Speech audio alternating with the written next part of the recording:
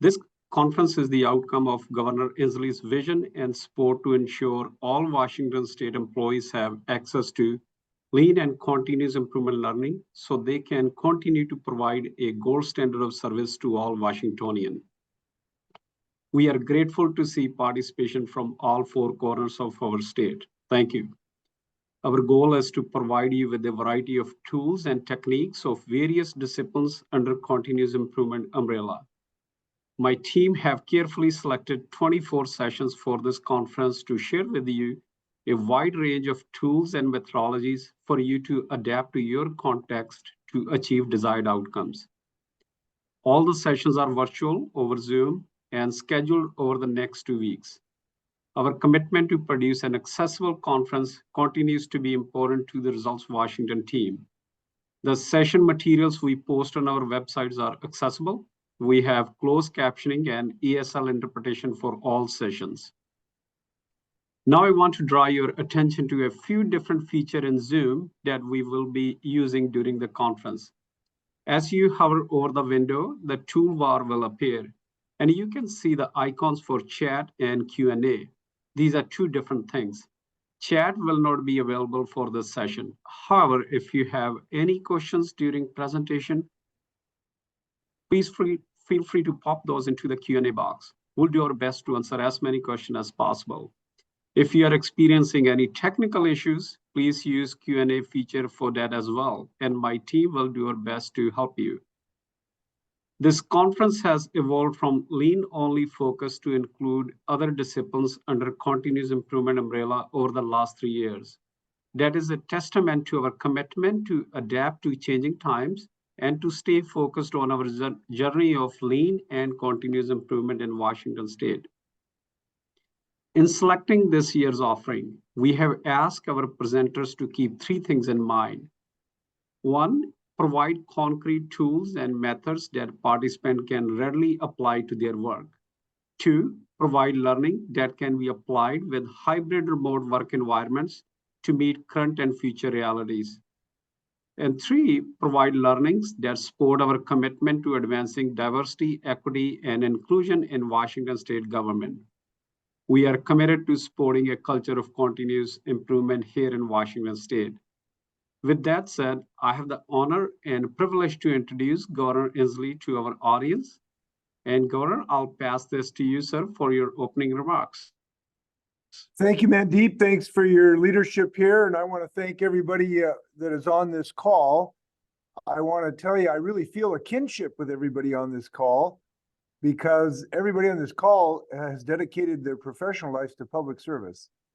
And that is something that I honor because the folks on this call have not dedicated themselves to becoming filthy rich. They've dedicated yourselves to helping Washingtonians realize their dreams. And I appreciate your ambition and your motivation and your desire to help Washingtonians every way we can. So the group that I have the honor to talk with this morning has a high motivation to help Washingtonians. And what we have done and what we hope to do during this conference is to give you some additional tools that can really help you succeed in that effort. I have to tell you, I've been very pleased about our lean and continuous improvement initiatives that we've had for the last 12 years. You know, whenever you come up with a new idea, as you know, sometimes you worry, is it just going to be a one and done and people put it in the drawer and forget about it? Fortunately, this has become embedded in our culture. It has been used countless times, and it continues to really pay dividends to provide better, more efficient, more timely services for people. So it's become woven into our state government, and we need to keep weaving, and we need to continue to give you every chance we get additional tools so that you can succeed in your responsibilities. So I just want to take a few moments to tell you why I'm thrilled with the work that you are doing. And it's because it has made meaningful impact in the experience of Washingtonians in real ways. And when I just want to talk about a few examples that are thrilling to me. And I'm just going to start with something that might be some of the best work we've done to prevent climate change from from damaging our beautiful state. I know we're doing a lot of work in this regard. We got the best clean energy policies in the United States, something our state should be very proud of. But individual actions by state employees have really furthered that. I'll give you an example. So state employees using some of these techniques of constant improvement have driven 3 million miles on electric vehicles. This has been managed, of course, by DES. It's been very, very successful in implementing this incredible technology. We've added our first EVs in 2017. It's reduced emissions. These numbers kind of boggle my mind. It's reduced emissions by 1 million tons of carbon dioxide. It saved over 126,000 gallons of gasoline that taxpayers did not have to pay. Now, to do that, it took some creative work by DES and people in multiple agencies to figure out the allocation of that, to get the charging stations lined up, and for people to learn and accommodate electric vehicles. And so this didn't just happen by accident, not just come a government fiat or governor's fiat. It took place because people were willing to continue to improve their operations, and we've got cleaner air as a result. It's helping us toward our goal of 100% of the state's light duty fleet by 2035. We're on our way in that regard. Pretty exciting progress. And as electric vehicles become more and more accessible, as we increase our charging stations, I know it's going to become even a better experience for our state employees. Department of Revenue. Now, of course, the Department of Revenue is pretty important to keep the wheels on the truck. And they have continuously tried to improve their processes. And I've seen that in multiple ways. One of the things they've done, and this is the kind of thing that I mentioned this next achievement, they aren't going to get the Nobel Peace Prize for what they did here. And it's not like they've built the Great Pyramids of Egypt, but they did something that really helps Washingtonians in their lives. What they've done is they've used continuous improvement tools to reduce the time it takes to pay an invoice, what we owe, business people, from 15.5 days to 3.6 days. 15.5 to 3.6. That's a 76% improvement in our turnaround time to get Washingtonians paid for the services and goods they provided our state.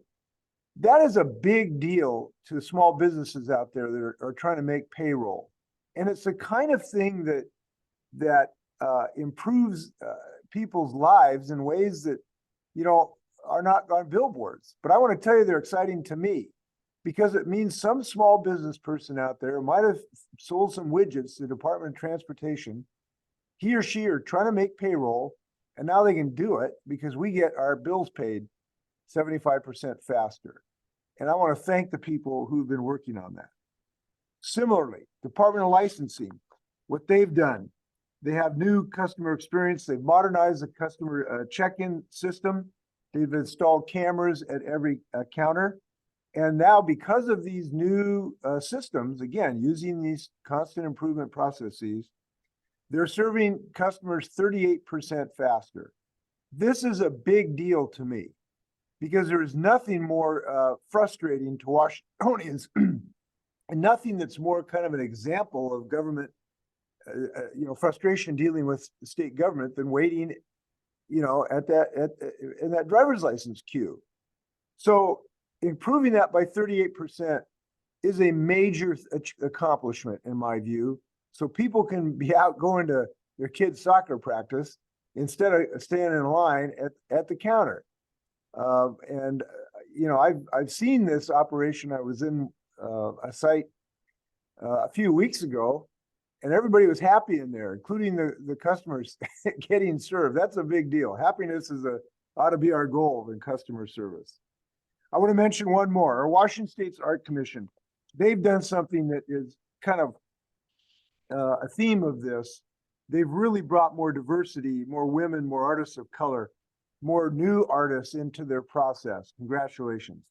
Department of Ecology. These projects, they've adopted some projects to help on-site sewage loan programs. Now, most people don't think sewage is a romantic thing, I do. I live right next to the sewage treatment plant on Baber John, right across the street from me. So to me, it's an art form. And the fact that we've really helped people get cleaner systems so they don't leak into a Hood Canal in Puget Sound is a big deal. They've treated 216 million gallons of sewage annually, and they've seen a net increase because we've cleaned up the water of 4,700 acres of shellfish beds that we can now harvest. Another significant achievement. I consider it a big deal. Oysters are, of course, the best food in the state of Washington next to apples, or maybe tied. And so the fact that we're making improvement on shellfish because of the Department of Ecology, again, using continuous improvement. So what we've seen is these things in combination show me that we can really achieve things that has a significant impact on Washington's lives by using these systems. And I hope that you'll continue during this discussion to think about how to use these systems in whatever you're doing for the state of Washington. I think that continuous improvement programs, one of the nice things about them is it can be used in any sense, in any form, in any organization. And that's the way we get better. So I hope you come away with this with some ideas, and I hope you take some satisfaction from your job too. One of the things I want to share with you is I'm a real lucky state employee. I'm a state employee that gets to go around the state and see the benefit of your work, to see kids that are being protected, to see parks that are getting better, to see water cleanup in San Juan's, to have new onshore habitat. I get to see the benefit of your work. I get to meet people that you're helping of better health. Often you do not, because you're working in an office. You might be in a cubicle and you don't get to see those people. I want to tell you they're there. And whatever kind of work you do, there's somebody you're benefiting. And I hope you take pride in that. I sure am proud of your work. I want to help you every way I can. And I hope that this conference will be one way to do that. So keep it up. Enjoy your success. Enjoy the victory of the University of Washington over Oregon. And let's keep the ball rolling in the state of Washington. Thanks a lot. Thank you, Governor. We appreciate you being with us today and for your continued support over the years for this conference. Thank you. Thank you. Continuous improvement and performance management initiative have been going on in Washington State for more than a decade. The support and partnership from Washington State agency leaders and continuous improvement practitioners over the year has been a key to embed continuous improvement culture in Washington State government. I'm grateful for your continued guidance and support to improve this learning platform for all. Taking a step to learn and do is the key to fostering a culture of continuous improvement. Regardless of your experience with lean and continuous improvement, I invite you all to take a full advantage of the offerings over the next 2 weeks. Now, I'd like to give a big shout out and thank you to all of my colleagues across agencies, especially WATEC and Office of Financial Management, who helped make this conference a reality. I cannot say enough to express my gratitude to presenters from private sector and across state government and from other states who are graciously and generously sharing their time, expertise, wisdom, tools, and techniques with us. I also want to thank you, my team at Results Washington. Many hours have been spent preparing for this conference, and this team is behind the scene right now, making sure technology works and everyone has what they need. They have already spent a great deal of time and efforts to ensure all the presentation material posted is accessible. We are also fortunate to have a tremendous keynote speaker who I will introduce in just a little bit. And also, please feel free to donate directly to Combined Fund Drive.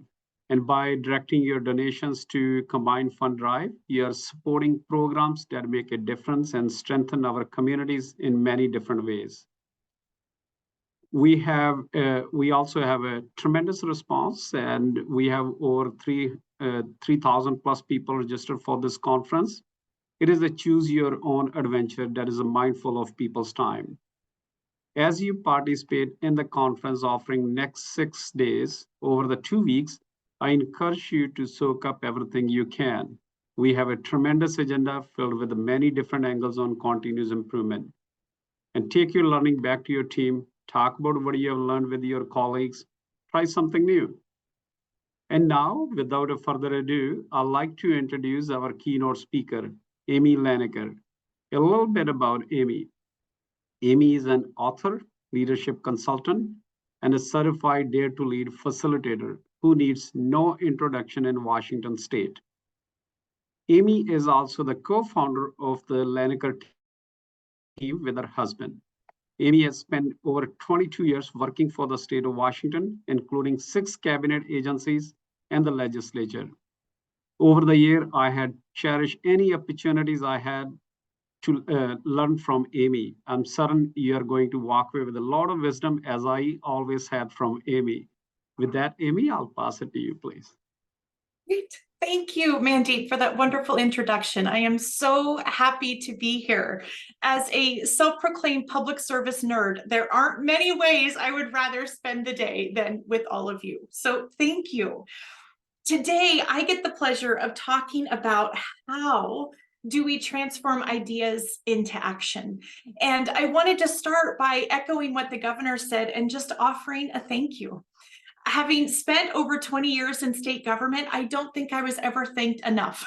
And my guess is, I bet you are not thanked enough either. So thank you for everything that you're doing. In the introduction today, I heard Mandeep talk about the Gold Star service that we provide. And that is absolutely true. And it was one of the things that I was most proud of when I was working for the state of Washington. There is no question that we provide a Gold Star level of service. And in fact, when I'm working with some teams, they'll say, we're the national standard. Other states come to us to figure out how to do it.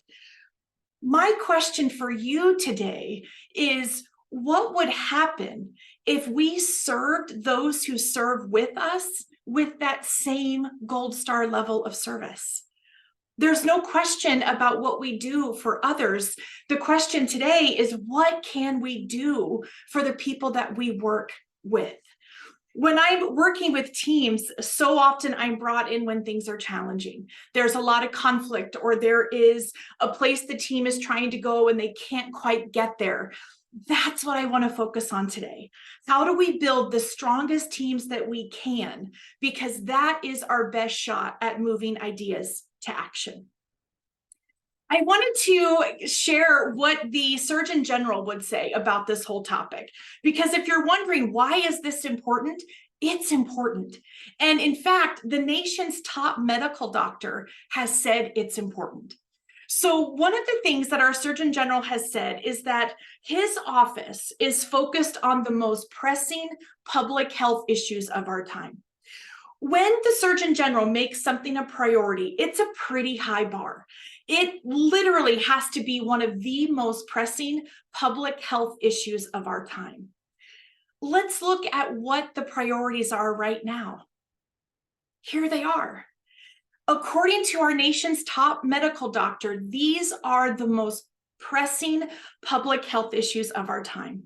And today we're going to talk about the first two. We're going to look at social connection at work. What does that mean? How do we build it? And we're going to look at workplace well-being. I would argue that if you are in a team that has strong social connection and has a strong workplace well-being, you are set up to move ideas to action. You are set up to incorporate all the tools you're going to hear about through this conference. When we look at connection, what does that even mean? It's kind of a touchy-feely word. What is it? Well, it's not touchy-feely. We've got to think about this as a public health issue. And connection is simply when you're feeling seen, heard, and valued, when you're part of something. Earlier this morning, the governor said that he felt a kinship with everyone here. That's connection. That's what it feels like to be seen and heard and valued. If you think about a workplace, let's imagine that you are sitting at work and you've got a really good idea, and you believe that this idea is going to better serve the people in Washington State. But in your experience, you haven't felt seen, heard, or valued at work. Or the last time you shared an idea, it was met with judgment or criticism. What's the likelihood that you're going to share that idea? Not very high. Or if you do share it, chances are you aren't going to keep sharing it. So the first thing we've got to think about is, are we doing what the Surgeon General said? Are we building social connection in our workspaces? As humans, we are neurobiologically hardwired for connection. It's why we're here. And so if you can create that in your workplace, you're starting to create a place where ideas can be shared and all the creativity and innovation can follow. The good news is, and there is a lot of good news. I know when we put the public or the pressing public health issues, it feels like there's not good news, but there's a lot of good news. And the good news is that there are evidence-based things that we can do. And I'm going to share 4 of them with you today. And these 4 things are not New Year's resolutions. These are not things you're going to wait until January. You're not waiting until the next fiscal year. You don't need a budget proviso to put these things in place. You can start doing them today. These 4 things are things that you can do in your workplace today. And in fact, for one of them, we're actually going to do it live together. We're going to do it while we're on this call together. So we're going to use research from Gallup, worldwide organization, been studying organizations for decades, and we're going to look at what their research can tell us are the 4 most impactful, effective things we can do at work. So here they are. First one, without a close second, is trust. Trust is the path forward. Trust is how we get work done. Think about moving an idea to action and all of those points of trust that are going to be needed along the way. When I'm brought in to work with teams, it's often around conflict. I'm a certified mediator. I mediate dozens of workplace conflicts a year. But when I come in, I don't start with the conflict. We start with trust. What is the level of trust that we have? What would it look like if it could be better? Because trust is the path forward. Imagine for a moment that you have just gone on 2 job interviews. And because you are such a rock star, you get both offers. So now you've got 2 jobs to choose from in government. The job descriptions are the same, the salary is the same, the schedule's the same. And so you start asking around about, what's it like to work here? What's it like to work in this team? And for job number 1, what you hear is that it's a really high trust environment. People get along. People like working together. The work is challenging, but people come together around a common goal. And leadership has your back. They believe in you. You've got the skills, the resources you need to do your job. And if you get stuck, you know that someone has you. If you have a problem and you don't know the solution, you can come to someone on that team and you'll figure it out together. So that's what you've been hearing about job number 1. Job number 2, not the same. What you're hearing about job number 2 is that there's a whole lot of gossip on the team. And people say one thing and they do another. And the leader of the team is a micromanager. Micromanages everything, micromanages how they micromanage. And engagement is low, morale is low. Which job are you going to take? It's a no-brainer. We want to work in high trust teams. We thrive in high trust teams. And just like the governor said earlier this morning, how those great examples that he shared didn't happen by accident. I heard him say it took a group of people coming together to make things better. The exact same thing is true for trust. We don't accidentally create high trust teams. It takes a group of people coming together, willing to do something different, willing to do something better. Think for just a moment about a colleague that you really trust. And I hope that someone came to mind right away. So think about someone who has earned your trust at work. You know they've got your best intentions. You know that they've got your back. And what I'm going to ask you to do is take out your phone, which I know speakers never ask you to take out your phones, but I'm asking you to do that. So take out your smartphone or open up a window and just send them a quick message. It takes no more than 30 seconds. And be specific. Say, I was just in this keynote, I'm still in this keynote, and I was told to reach out to someone that I trust. And you're the person that I thought of. I guarantee you, they are going to love getting that message. I have done this with hundreds, if not thousands of people, and literally no one has ever come back and said, oh, I'm so tired of people telling me they trust me. No, we don't do that. We want to be trusted. We are neurobiologically hardwired for connection. And when we are told that we are trustworthy at work, it drives that connection. It's also worth considering, if I were talking to everyone on your team, would they be saying your name? Would you be the colleague that they say exhibits high trust at work? Even small changes have a huge impact. Even small changes have a huge impact. And when you look at the research on trust, what it shows is that trust is a slow stacking process that builds over time. Very rarely is there going to be some huge sweeping thing that happens that results in you trusting a coworker. More often than not, what the research will show, and I bet your experience shows this too, it's a slow stacking over time, where one high trust behavior leads to another and leads to another. So trust does not happen by accident. It is the way forward.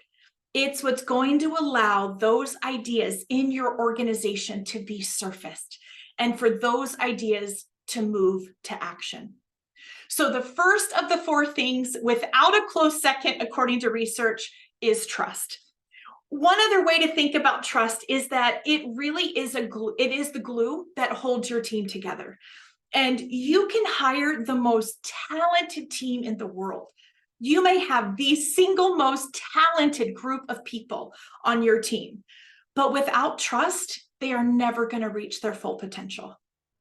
And without trust, they're never going to be able to have the kind of successes that the governor talked about earlier today. So number one, trust.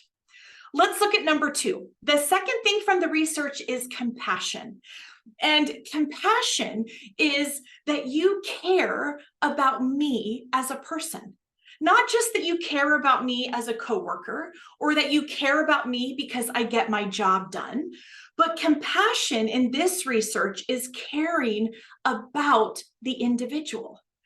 And if we go back to the Surgeon General's priorities around social connection and workplace well-being, think about how much compassion is a part of that. It's important that we really understand what compassion is and what it isn't. So here's a short story from my life that I think demonstrates it really well. So this is me at 12. There are so many comments I have about this photo, but we will just start with it was actually funny this morning when I put this necklace on. I'm like, wow, apparently I liked these necklaces even when I was 12. So this is me at 12. And I could not wait for my 13th birthday party. And if you know me, it will not surprise you that I had a whole plan. I had a plan of what I wanted this thing to look like. And as I was getting closer and closer to the Saturday of the party, my older brother started teasing me more and more. And he was saying, no one's going to come to this thing. No one's going to come to your party. And he was teasing me, so I would either cry or scream. That was the point of him doing it. And then I would tell on him so he would get in trouble, which was my point in doing it. So we get closer to the party. The day of the party arrives. It's supposed to start at 1 o'clock. 1 o'clock comes and goes. There's no one there. 1:15, no one's there. 1:30. So mind you, this is the Midwest. So people are not fashionably late in the Midwest. So by 1:30, it was clear that no one was coming. And I knew I was in trouble when my brother started being nice to me.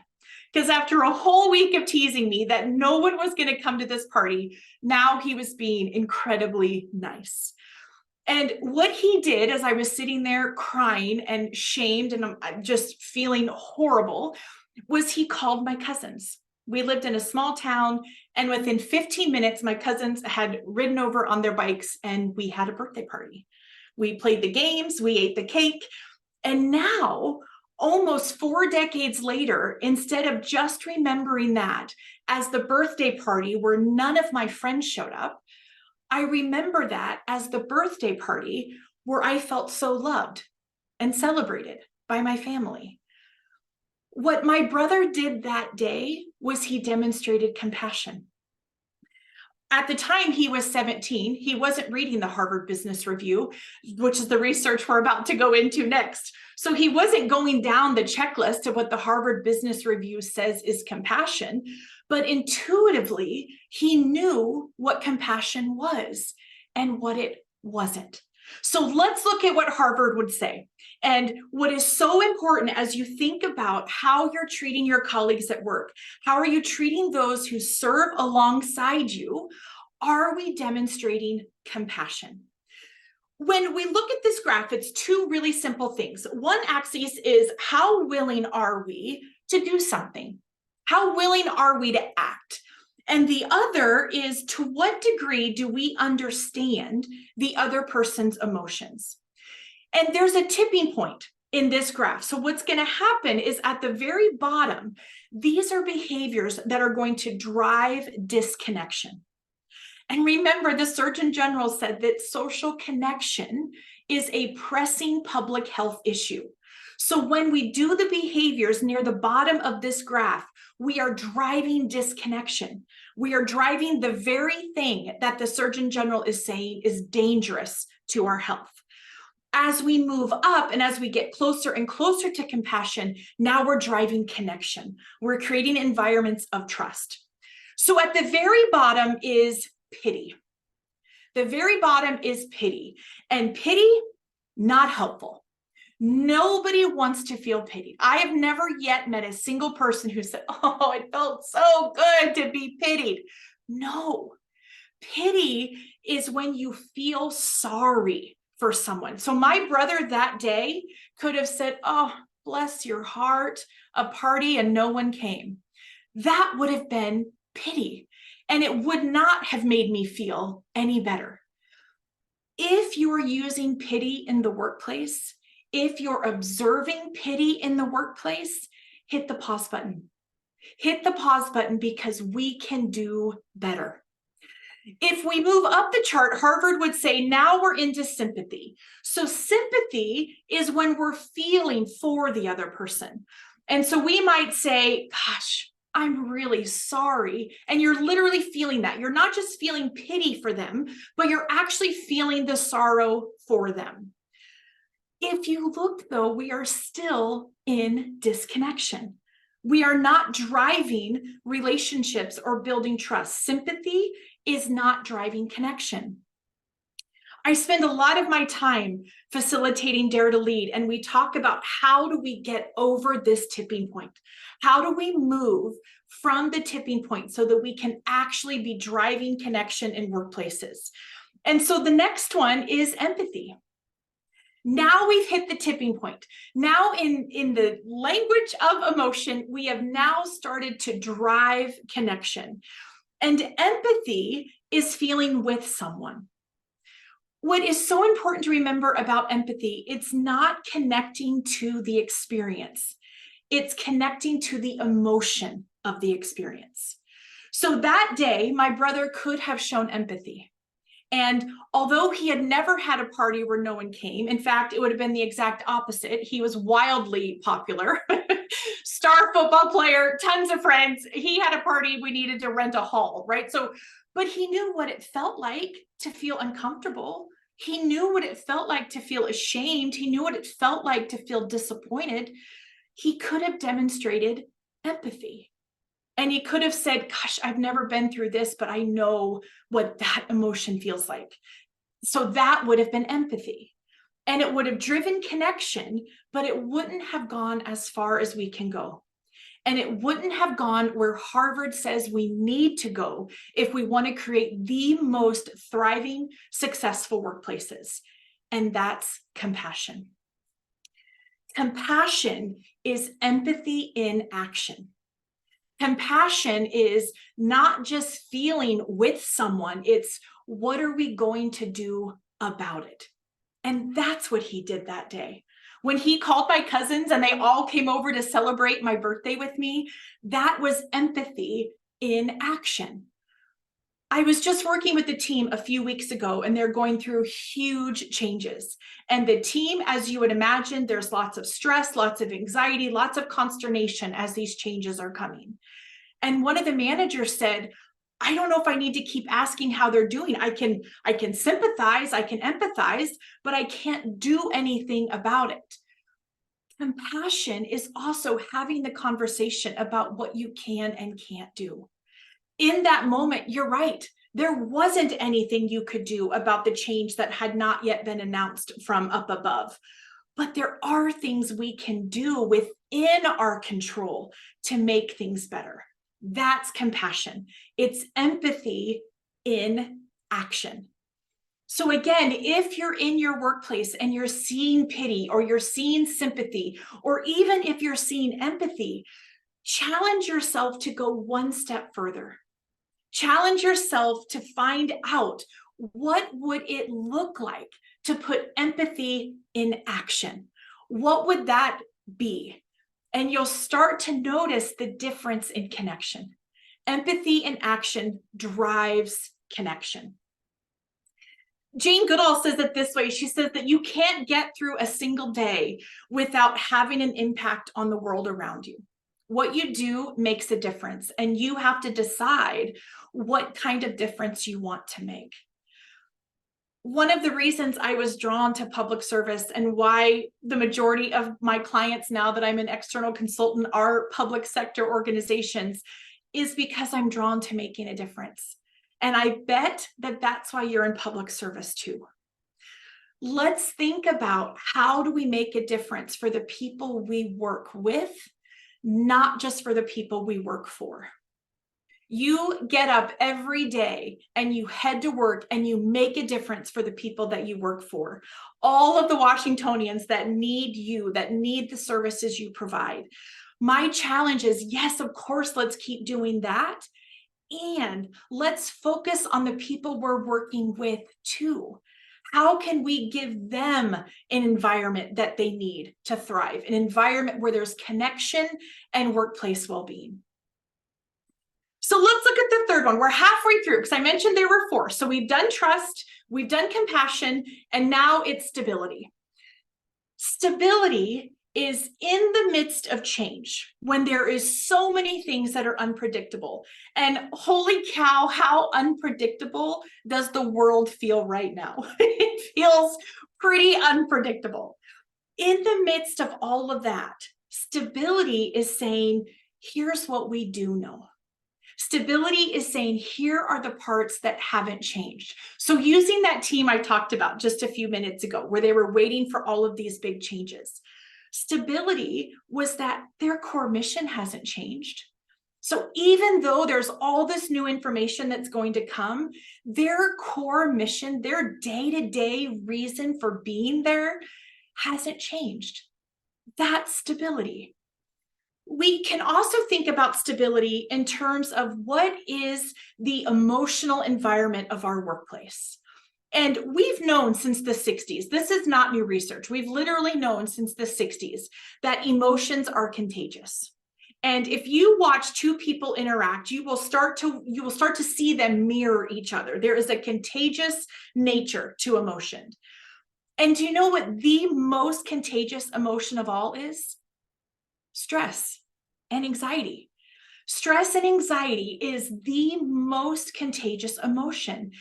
It's why anxiety is often referred to as the emotion of community, because very rarely can a single individual be experiencing anxiety around other people without those other people feeling it or being aware of it.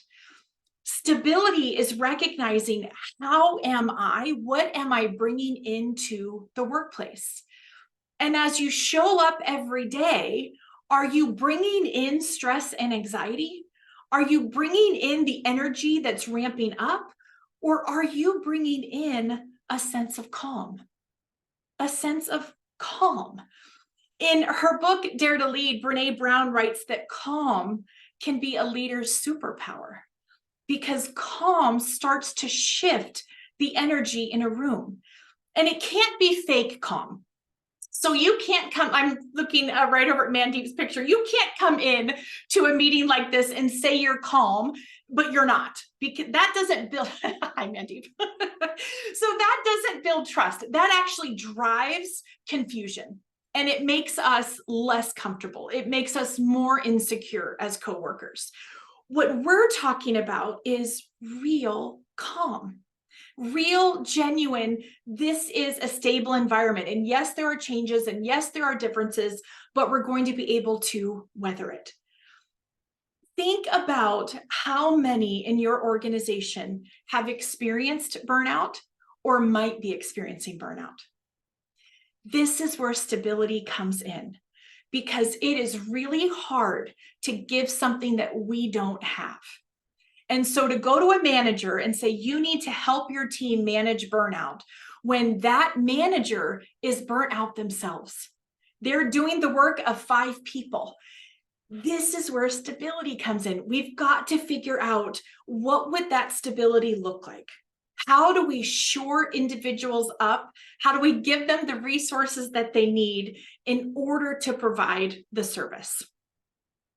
I think Anne Lamott sums this up beautifully. And what Anne Lamott says is that lighthouses don't go running all over an island looking for boats to save. They just stand there shining. To me, that is stability in the workplace. You don't have to go running all over your workplace or all over your organization trying to figure out who to help, trying to figure out what it's going to be. Stability is really standing there in your own place of calm, in your own place of mindfulness. And that in and of itself has an impact on the people around you. Earlier today, the governor mentioned that happiness should be a goal of customer service. And research backs that up. Research backs up that when we are happy at work, we are providing a different level of service. And when we are happy at work, we're providing a different level of service to the people that we work with and the people that we are serving alongside. We've talked about 3 of the 4. So we've looked at trust and we talked about it being a path forward. And I hope that you did reach out to someone that you trust. If you haven't missed your opportunity. There's still plenty of chances. Then we looked at compassion. And the big takeaway from compassion was in your organizations, how do you get past that tipping point? How do you get to where you're actually connecting? Because remember, social disconnection is a public health issue right now. We've got to be driving connection. And the way that we do that is by saying no to pity, no to sympathy, and we're saying yes to empathy and compassion. Just a few minutes ago, we looked at stability, how we can care for ourselves. How do we stay in a place of managing our own stress? What's the energy we're bringing into a room? Because remember, if you haven't seen the research, burnout is simply unmanaged stress. That's it. The World Health Organization says that burnout is chronically unmanaged stress. If we can provide the stability where stress can be managed, by definition, we won't get to burnout. And we can take Anne Lamott's advice about how can we be the lighthouse. So now let's look at the 4th, and this is my favorite. If you've worked with me, you know that hope lights me up. I love it. And the definition of hope, there are dozens of them, but I love this one from the research from Gallup, where they describe hope as the belief that things will be better tomorrow than they are today. Incredibly simple, but incredibly powerful, that things tomorrow will be better than they are today. And if you think about Jim Collins' book, Jim Collins wrote the book Good to Great, where he writes about interviewing Admiral Stockdale. And Admiral Stockdale was a prisoner of war, and they were asking, well, how did you survive? What did you do that other people didn't do? And what he talked about was he was able to balance what he calls the gritty faith with facts. And so what he means by that is, yes, you've got to acknowledge what's really happening. You can't pretend. We can't put our heads in the sand. We can't avoid conflict. We can't pretend that things aren't hard. And we also can't lose sight of hope. We can't lose sight of the fact that, yes, things are challenging, but we have what we need to move forward. And that things tomorrow are, in fact, going to be better than they are today. That's hope. One of my favorite stories about hope, I was listening to NPR, and they were interviewing a retired Army medic who had spent his whole career as an Army medic. And he describes the first time that he was with a young soldier that he believed was about to die. And he describes that it's night, it's dead, it's the dark of night, and he's feeling the soldier's vital signs and they're going down. At that very moment, they heard the sound of an Army helicopter. And what the retired medic said was that the very sound of that Army helicopter, the soldier's vital signs started to change. And he thought this was going to be a one-off, but it wasn't. It happened over and over in his career, which is why after he retired as a medic, he dedicated his career to talking about hope. Because the very signal of hope, that very belief that help is coming, that things are going to be better than they are right now, was enough to change the vital signs. It takes us all the way back to what the Surgeon General was saying earlier today. When we look at what the Surgeon General identified as his priorities, he is saying that these are health issues. If we don't have trust, compassion, stability, and hope at work, it impacts our health. It impacts our physical health, our mental health, and it impacts our emotional health. If you look at brain scans, and I don't know if you're a neuroscience nerd like I am, but I look at brain scans. So if you look at brain scans, you will find that when someone is in emotional pain, there is a part of our brain that lights up. So that day when I was having my birthday party and no one showed up, if there had been a brain scan, there was a part of my brain that was lighting up. It's the same part that lights up for you at work when you feel disconnected, when you feel apart from, when you feel separate from. It's the same part of your brain that's lighting up. What's fascinating is that it is the exact same part of your brain that lights up when you're in physical pain. And so if you hear someone or if you listen to someone describing feeling disconnected at work, they're going to describe it as physical pain. You might hear them say things like, God, this hurts so bad, or I'm not sure I can take it. Or they'll even start to describe parts of their body. They might even say, my stomach hurts, or my heart hurts, or I've got a pounding headache. Because the brain is registering social pain in the exact same place that it's registering physical pain. If you ever hear someone at work say, we don't do the touchy-feely stuff, we don't do emotions here, run, because we have to. That is an outdated way of thinking that does not line up with any of the new research about what allows humans to thrive at work and what's going to allow us to provide that gold star level of service that Mandeep talked about earlier today. If you're not sure where to start and it can feel so overwhelming, you've now got a roadmap. You can start with trust, compassion, stability, and hope, because those four things are going to get you closer to where you want to be. As we wrap up our time, I want to leave you with how we started, because I loved hearing the governor's stories. I am a self-proclaimed public service nerd. I could have sat here all day. The DES example, revenue, license, I could have literally sat here all day hearing about the wonderful things the state of Washington is doing.